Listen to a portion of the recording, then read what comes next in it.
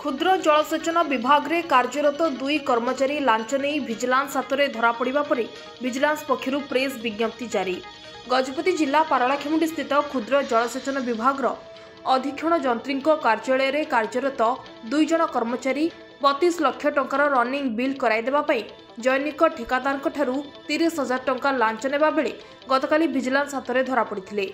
दीर्घ समय जाए विजिलेंस टीम तनाघना करी क्षुद्र जलसेचन विभाग अधीक्षण जंत्री कार्यालय एकाउंटेंट सूरज प्रसाद जयसवाल और केशियर नरेश पट्टनायक को पचराउचरा करी तदंत आरंभ करथिले।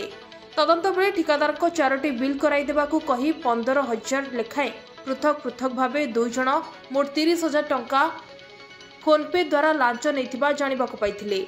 याकू आधार करी Brahmapur vigilance team Brahmapur vigilance PAS case number 5/2025 U/S 7 PC act 2018 अनुଯାयी मोकदमा रुजु कराई अधिक तदंत जारी रखिछि, जहां प्रेस विज्ञप्ति जारी करा जायछि।